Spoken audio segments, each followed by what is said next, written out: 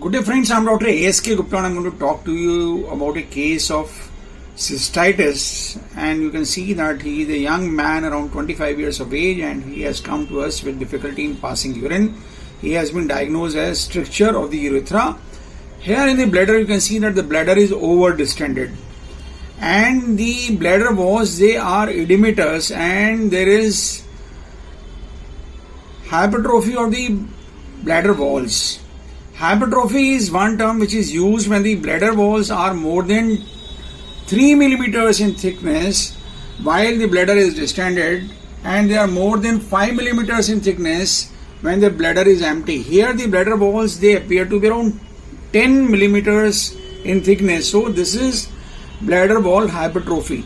And secondly, if you see inside, then you can see that the bladder wall, the mucosal wall inside, that appears to be irregular and thickened.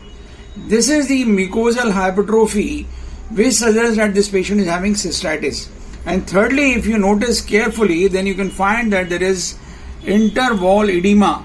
There is interwall edema inside the walls of the bladder. There is edema which suggests that this is the hypertrophy of the wall. Another thing which could be seen, which is not being seen over here, is the fat hyperstranding outside the serosa, which is more seen on the CT scan. Now let us try to see what it could be the cause of obstruction in this. Here we see that both the seminal vesicles are normal, they are not over distended.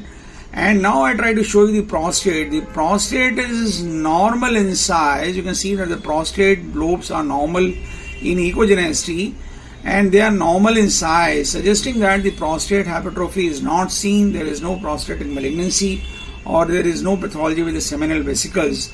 So the pathology has to be there in the urethra, and as rightly said, this patient is having urethral stricture.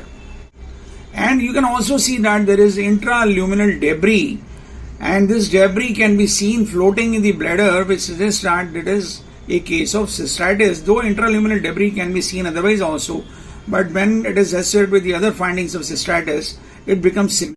These patients, they can have retrograde changes and they can have hydronephrosis in the kidney and the kidney can get compromised. But here we find that the renal vasculatory outline is normal, though there is mild hydronephrosis in the kidney, but overall the echogenicity of the kidney appears to be normal and the corticomedullary differentiation is maintained. Kidney here also you can see that the renal vasculatory is very well outlined. There is mild hydronephrosis and the corticomedullary differentiation is well maintained. There is mild hydroureter also. Now in this patient, one should try to look for the post-void urine.